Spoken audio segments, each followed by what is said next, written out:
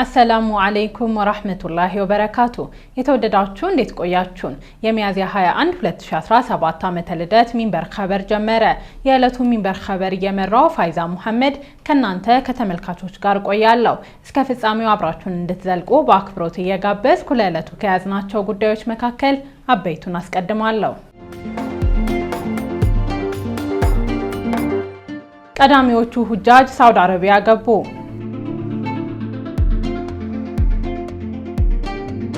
አሜሪካ በየመን የስደተኞች ማዕከል በሰነዘረችው የአየር ጥቃት ኢትዮጵያውያን ጉዳት እንደደረሰባቸው ተዘገበ። የኢትዮጵያን የዕዳ አስተዳደር አስመልክቶ ተጨማሪ ውይይቶችን ለማድረግ ከስምምነት እንደተደረሰ ተነገረ የሚሉት የሚንበር ኸበር አበይት ጉዳዮች ናቸው። አብራችሁን እንድትቆዩ በድጋሚ እየጋበዝን ወደ ቀዳሚው ኸበር አልፋለሁ። አሜሪካ በየመን የስደተኞች ማዕከል በሰነዘረችው የአየር ጥቃት ኢትዮጵያውያን ጉዳት እንደደረሰባቸው ተዘገበ። አህመድ አብዱራህማን ተጨማሪ አለው። አሜሪካ በየመን የስደተኞች ማዕከል በሰነዘረችው የአየር ጥቃት ኢትዮጵያውያን ጉዳት እንደደረሰባቸው ተዘገበ። የአሜሪካ ወታደራዊ ማዕከላዊ እዝ በሰሜን ምዕራብ የመን ክፍል በስደተኞች ማዕከል ላይ በሰነዘረው የአየር ጥቃት ኢትዮጵያውያን ጉዳት እንደደረሰባቸው ዓለም አቀፍ መገናኛ ብዙሃን ዘግበዋል። ሬውተርስ የዜና ወኪል አካባቢውን የሚያስተዳድረው ሁሲ በይፋዊ መጠሪያው አንሳሩላህ የተሰኘው ቡድን ቴሌቪዥን ጣቢያ ይዞት የወጣውን ተንቀሳቃሽ ምስል ጠቅሶ እንደዘገበው ጉዳት ከደረሰባቸው መካከል አንድ ግለሰብ ከጥቃቱ በኋላ የአደጋ ጊዜ ሰራተኞች ደርሰው ወደ ቃሬዛ ሲያወጡት በአማርኛ ቋንቋ እናቴን የሚል ቃል ሲያወጣ ተደምጧል። በዚህም ኢትዮጵያዊ ስደተኛ መሆኑ መለየቱን ዘገባው ጠቅሷል። ጥቃቱ የተሰነዘረበት ማዕከል ኢትዮጵያውያንን ጨምሮ ከሌሎች አፍሪካ ሀገሮች ለስደት ሲያቋርጡ በጸጥታ አካላት ቁጥጥር ስር የዋሉ ስደተኞች ማቆያ መሆኑ ተነግሯል። አሜሪካ ስደተኞቹን ባስጠለለው ማዕከል ላይ በፈጸመችው የአየር ጥቃት ቢያንስ 68 ሰዎች መገደላቸውን የአንሳሩላህ ልሳን የተባለው የአልመሲራ ቲቪ ዘገባ ያመለክታል። የቴሌቪዥን ጣቢያው ባሰራጨው ቪዲዮ ጣሪያው ከፈራረሰ መጋዘን መሳይ ቤት ውስጥ የአደጋ ጊዜ ሰራተኞች አስከሬን ከፍርስራሾች ውስጥ በቃሬዛ ተሸክመው ሲያወጡ ያሳያል። ጣቢያው ያናገራቸው የሕክምና ባለሙያ ከሟቾች በተጨማሪ ጥቃቱ የተሰነዘረባቸው ሰዎች የተለያዩ የአካል ክፍል ጉዳት ማስተናገዳቸውን አስረድተዋል። የአካል ጉዳት ከደረሰባቸው የጥቃት ሰለባዎች መካከል አብዛኞቹ በአሳሳቢ ሁኔታ ውስጥ እንደሚገኙ ቢቢሲ፣ አናዶል ኤጀንሲና አልጀዚራ በተናጠል ያወጡት ዘገባ ያመለክታል። የተባበሩት መንግስታት ድርጅት ከጥቃቱ በኋላ ባወጣው መግለጫ በቃል አቀባዩ ስቴፋን ዱጃሪክ በኩል ማዘኑን በመግለጽ በግጭቱ ውስጥ ተሳታፊ የሆኑ ሁሉም ወገኖች የሲቪሎችን ደህንነት መጠበቅን ቅድሚያ እንዲሰጡ እንዲሁም ዓለም አቀፍ ሕጎችን በሙሉ እንዲያከብሩ ጥሪ አቅርበዋል። አንሳሩላህ በበኩሉ ለተፈጸመው ጥቃት ኃላፊነቱን ይወስዳል ያለውን የአሜሪካን ጦር ድርጊት አውግዟል። ጥቃቱን በማድረስ ውንጀላ የቀረበበት የአሜሪካ ወታደራዊ ማዕከላዊ እዝ በጉዳዩ ላይ ማብራሪያ ከመስጠት እንደተቆጠበ አልጀዚራ ዘግቧል። እዙ ባለፉት ሳምንታት በሰነዘረው ተደጋጋሚ ጥቃት ከ250 በላይ ሰዎች መገደላቸውንም መረጃዎች ይጠቁማሉ። ማዕከላዊ እዙ ጥቃቱን የሚሰነዝረው የሁሲ ቡድን ይዞታ ናቸው ባላቸው ስፍራዎች ላይ መሆኑን በመጥቀስ ሲከላከል መቆየቱንም ዘገባዎቹ አመልክተዋል። አንሳሩላህ የተሰኘው ቡድን እስራኤል በጋዛ የሰብአዊ አቅርቦት ማቋረጧን በመቃወም የሚታወቅ ነው።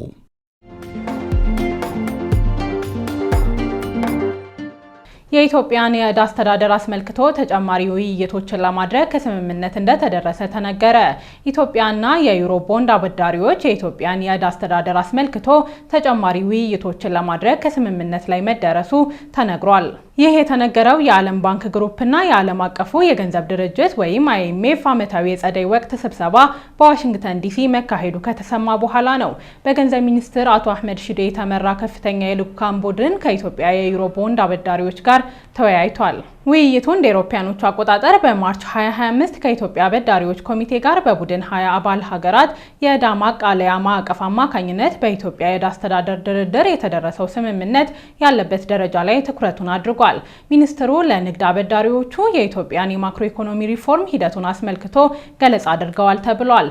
ልዑኩ ሁሉን አቀፍ ሪፎርሞችን ተከትሎ ያለውን የኢትዮጵያ የኢኮኖሚ ሁኔታ አስመልክቶ አብራርቷል። ሁለቱ ወገኖች የኢትዮጵያን የዕዳ አስተዳደር አስመልክቶ የሚደረጉ ድርድሮችን በተቀመጠላቸው ጊዜና ውጤታማ በሆነ መልኩ ለማጠናቀቅ ተጨማሪ ውይይቶችን ለማድረግ መስማማታቸውን የዘገበው የኢትዮጵያ ዜና አገልግሎት ነው። አሁን ደግሞ ሀጅን የተመለከተ ኸበር እናጋራችሁ። ቀዳሚዎቹ ሁጃጅ ሳውዲ አረቢያ ገቡ። በ1446ኛ ዓመተ ሂጅራ የሀጅ ስነ ስርዓት ክንውን ላይ የሚሳተፉ ቀዳሚዎቹ ምዕመናን በዛሬው ዕለት ወደ ሳውዲ አረቢያ መድረሳቸውን ሀገሪቱ አሳውቃለች። ለክንውኑ በቀዳሚነት ወደ ሀገሪቱ የገቡት የደቡብ አፍሪካ ዜጎች መሆናቸው ታውቋል። ደቡብ አፍሪካውያኑ ወደ ሳውዲ ሲደርሱ ቀድሞ ወደ ሀገሪቱ በተጓዘው የሀጅና ኡምራ ምክር ቤት ልዑካን ቡድን አቀባበል እንደተደረገላቸው ምክር ቤቱ በኤክስ ገጹ ላይ አስፍሯል። ከደቡብ አፍሪካ ተነስተው በክንውኑ ላይ ለመሳተፍ ሳውዲ አረቢያ የገቡት 66 ምዕመናን መሆናቸው ታውቋል። ሀገሪቱ በክንውኑ ላይ የምታሳትፋቸው ምዕመናን ቁጥር 2500 መሆኑ ቀደም ብሎ ተገልጿል። ምዕመናኑ ጅዳ ከተማ በማረፍ ወደ ቅዱሳኑ መዲናና መካ ይጓዛሉ ተብሏል። በዛሬው ዕለት ደቡብ አፍሪካውያኑን ተከትለው ወደ ሳውዲ አረቢያ የደረሱት ከህንድ የተነሱ ምዕመናን መሆናቸውን የሁለቱ ቅዱሳን ከተሞች መካና መዲናን ውሎ አዳር የሚዘግበው የኢንሳይድ ሐረመይን መረጃ ያመለክታል። ህንዳውያኑን በመከተል ከማሌዥያና ከባንግላዴሽ የተነሱ ምዕመናን መዲና ደርሰዋል። ከዚህ በተጨማሪም ባለፈው ሳምንት የሀጅ ወኪሎች የሁጃጅ ክፍያ ገንዘብ ወደ ተሳሳተ አካውንት አስተላልፈውባታል ከተባለችው ፓኪስታንም ምዕመናን ሳውዲ ደርሰዋል። ወኪሎቹ ወደ ሳውዲ አረቢያ ይፋዊ የሀጅ ክፍያ መግባት የነበረበትን 60 ሚሊዮን የሳውዲ አረቢያ ሪያል ያስገቡት በዓለም የነዳጅ ላኪዎች ማህበር ወይም ኦፔክ አካውንት መሆኑን በፓርላማ ተገልጾ ነበር። አረብ ኒውስ እንደዘገበው ከፓኪስታን በየዕለቱ በ6 በረራ 89,000 ምዕመናን ወደ ሳውዲ አረቢያ ለመላክ በእቅድ ተይዟል። በርካታ በረራዎቹን የሚያስተናግዱት በመንግስት በኩል የተመዘገቡ ሁጃጅ መሆኑም ተገልጿል። የግል የሀጅ ወኪሎች የሁጃጅ ክፍያ ገንዘብ ወደ ተሳሳተ አካውንት መግባቱ መፍትሄ እስኪያገኝ ድረስ ከሀገሪቱ በግል ድርጅቶች በኩል በሀጅ ላይ ይሳተፋሉ ተብሎ የሚጠበቀው 23620 ምዕመናን ብቻ መሆናቸውን ዘገባው ጠቁሟል። ነገ ረቡዕ ደግሞ በሀጅ ስነ ስርዓት ላይ በቁጥር በርካታ ምዕመናንን የምታሳትፈው ኢንዶኔዥያ ዜጎቿን ትልካለች ተብሎ እንደሚጠበቅ የሳውዲ አረቢያ ባለስልጣናት ገልጸዋል። ከኢንዶኔዥያ በዘንድሮ ዓመት ለሀጅ የተመዘገቡ ምዕመናን ቁጥር 221,000 ነው። የኢትዮጵያ እስልምና ጉዳዮች ጠቅላይ ምክር ቤት በዘንድሮ የሀጅ ስነ ስርዓት ክንውን ላይ የሚሳተፉ ኢትዮጵያውያን በረራ የሚጀምርበትን ቀን ባለፈው ሰኞ ይፋ ማድረጉ ይታወሳል። በምክር ቤቱ የሀጅና ኡምራ ዘርፍ ይፋ በተደረገው መሰረት የምዕመናን በረራ ግንቦት 6 ተጀምሮ ግንቦት 30 2017 ዓመተ ልደት ይጠናቀቃል። በሀጅ ስነ ስርዓት ላይ ከ1.8 ሚሊዮን በላይ ምዕመናን ተሳታፊ ይሆናሉ ተብሎ እንደሚጠበቅ ቀደም ብለው የወጡ መረጃዎች ይጠቁማሉ።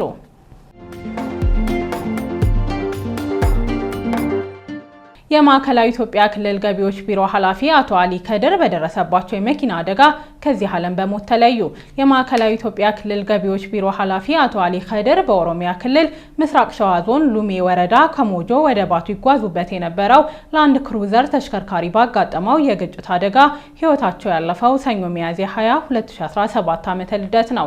የአቶ አሊ ከድርን ህልፈተ ሕይወት ተከትሎ የኦሮሚያ ክልል ትራፊክ ደህንነትና ቁጥጥር ዋና መምሪያ ኃላፊ ኮማንደር በላቸው ለመገናኛ ብዙሃን እንደተናገሩት በኦሮሚያ ክልል በምስራቅ ሸዋ ዞን ሉሜ ወረዳ ከሞጆ ወደ ባቱ ይጓዝ የነበረው ላንድ ክሩዘር ተሽከርካሪ ከሲኖ ጋር በመጋጨቱ የአንድ ሰው ህይወት ወዲያውኑ ሲያልፍ በሁለት ሰዎች ላይ ከባድ ጉዳት ደርሷል። አደጋው የደረሰው ከቀኑ 9 ሰዓት ከ20 ሲሆን ኮድ 375541 ኢቲ ላንድ ክሩዘር መኪና አንዱ የፊት ጎማ ከነቸርኬው ወልቆበት ፊት ለፊት ይጓዝ ከነበረ ሲኖ ትራክ ጋር በመጋጨቱ ምክንያት መሆኑን ኃላፊው ተናግረዋል።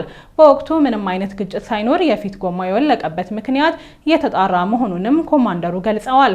አቶ አሊ ከድር በተለይ የስልጤ ዞን አስተዳደር ሆነው በሚሰሩበት ወቅት ከ2 ዓመት በፊት በታህሳስ 2015 በዞኑ ወራቤ ከተማ ይፋ በተደረገው የሂክማ ኢስላማዊ ዩኒቨርሲቲ የገቢ ማሰባሰቢያና የግንባታ ማስጀመሪያ ሂደት ላይ ጉልህ ሚና እንደነበራቸው ይነገራል። የአቶ አሊ ከድር የቀብር ስነ ስርዓት ዛሬ ማክሰኞ ሚያዝያ 21 2017 ዓመተ ልደት በወራቤ በኬ ሙስሊም መካነ መቃብር ተፈጽሟል።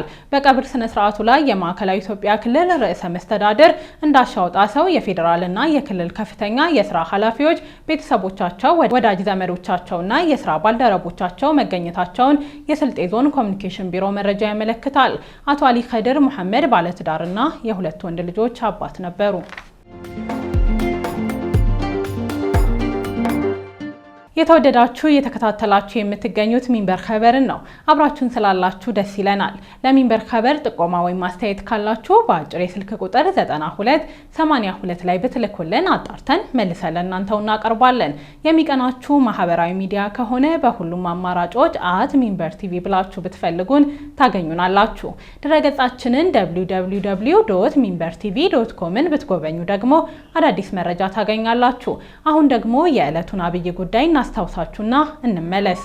አሜሪካ በየመን የስደተኞች ማዕከል በሰነዘረችው የአየር ጥቃት ኢትዮጵያውያን ጉዳት እንደደረሰባቸው ተዘገበ።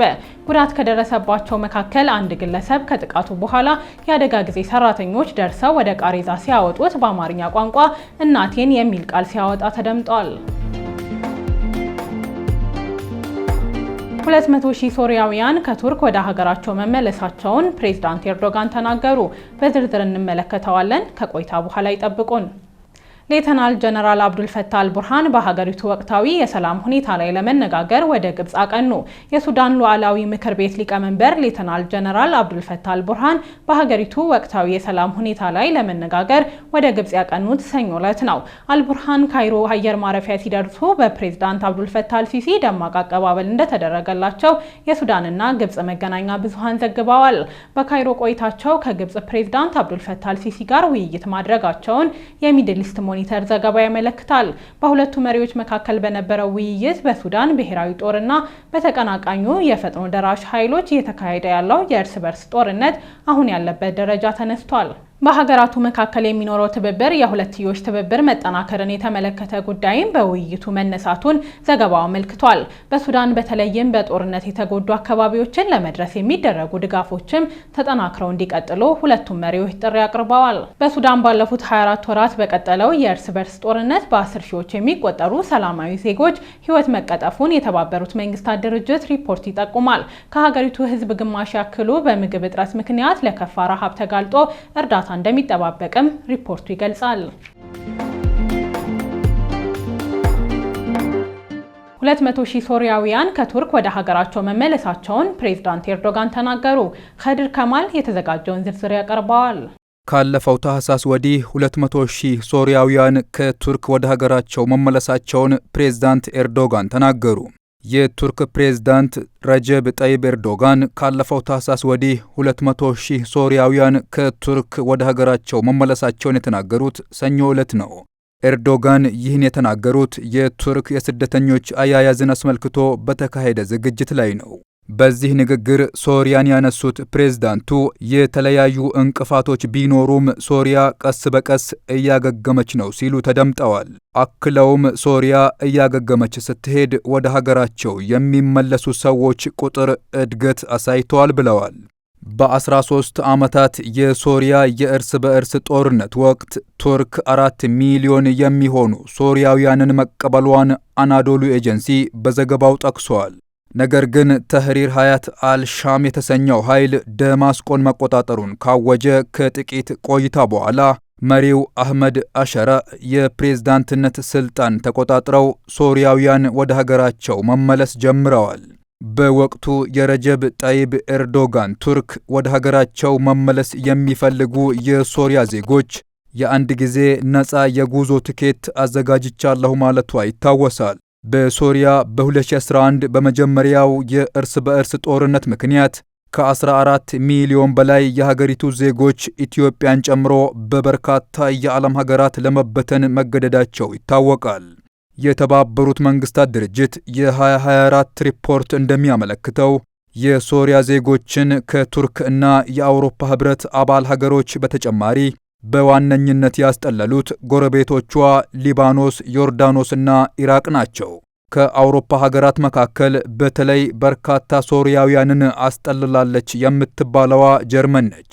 ከወራት በፊት የጀርመን የሀገር ውስጥ ጉዳዮች ሚኒስቴር መስሪያ ቤት ባወጣው ሪፖርት የሶሪያ መሰረት ያላቸው ከ974,000 በላይ ዜጎች በሀገሪቱ ውስጥ ይኖራሉ። ከእነዚህ መካከል 5,000 የሚደርሱት በጥገኝነት ጠያቂነት የተመዘገቡ ናቸው። 321 ሺህ ያክሉ ደግሞ በጄኔቫ ስምምነት መሰረት በፍልሰተኝነት ተመዝግበው መጠለያ ተሰጥቷቸዋል። ከዚሁ ጋር ተያይዞ የጀርመን ፖለቲከኞች ሶሪያውያኑ ወደ ሀገራቸው እንዲመለሱ መወትወት የጀመሩት የአልበሽር አስተዳደር ከስልጣን እንደተወገደ ነበር። ውትወታው አሁንም ድረስ ቀጥሎ የጀርመን የሀገር ውስጥ ጉዳዮች ሚኒስትር ናንሲ ፋይሰር ከኦስትሪያ አቻቸው ርሃርድ ካርነር ጋር በመሆን ከሁለት ቀን በፊት ወደ ሶሪያ መዲና ደማስቆ ጉዞ ማድረጋቸውን ዘገባው አመልክተዋል። በዚህ ጉዞ ሚኒስትሮቹ ሶሪያውያን በፍቃደኝነት ወደ ሀገራቸው እንዲመለሱ በሚደረግበት ሁኔታ ላይ ውይይት ማድረጋቸው ተገልጿል። የጀርመኑ ሚኒስትር በሀገራቸው ተደላድለው ኑሮ የጀመሩ የሶሪያ ዜጎች እንዲቆዩ ብንፈቅድም በወንጀል እና ተዛማጅ ድርጊቶች ላይ ተሳትፎ የሚያደርጉትን ግን እንመልሳለን ብለዋል። ከዚህ ባሻገር የመኖሪያ ፍቃድ ያገኙ ዜጎች ወደ ሀገራቸው ደርሰው እንዲመለሱ ከለላ እንዲያገኙ በሚደረግበት አሰራር ላይ ውይይት መደረጉንም ዘገባው ጠቁመዋል። የተባበሩት መንግስታት ድርጅት የፍልሰተኞች ኤጀንሲ እንዳወጣው መረጃ ከተሰደዱት ሶሪያውያን መካከል እስካሁን ድረስ ከቱርክ የተመለሱትን ጨምሮ 400 ሺህ ዜጎች ሀገራቸው ገብተዋል። በጦርነቱ ወቅት ወደ ጎረቤት ሀገሮች ከተሰደዱት ውጪ በሚሊዮን የሚቆጠሩ ዜጎች ቀያቸውን ለቀው ተሰደው ነበር። ከዚህ መካከል ወደ 1 ሚሊዮን ገደማ ተመልሰው በአጠቃላይ የተመላሾች ቁጥር 1.4 ሚሊዮን መድረሱን ኤጀንሲው ግምቱን አስቀምጠዋል። ውድ ተመልካቾች ለዛሬ ያዘጋጀነው የሚንበር ኸበር በዚሁ ተጠናቀቀ። ፋይዛ መሐመድ አብሬያችሁ ቆየው። ወሰላሙ አለይኩም ወራህመቱላሂ ወበረካቱ።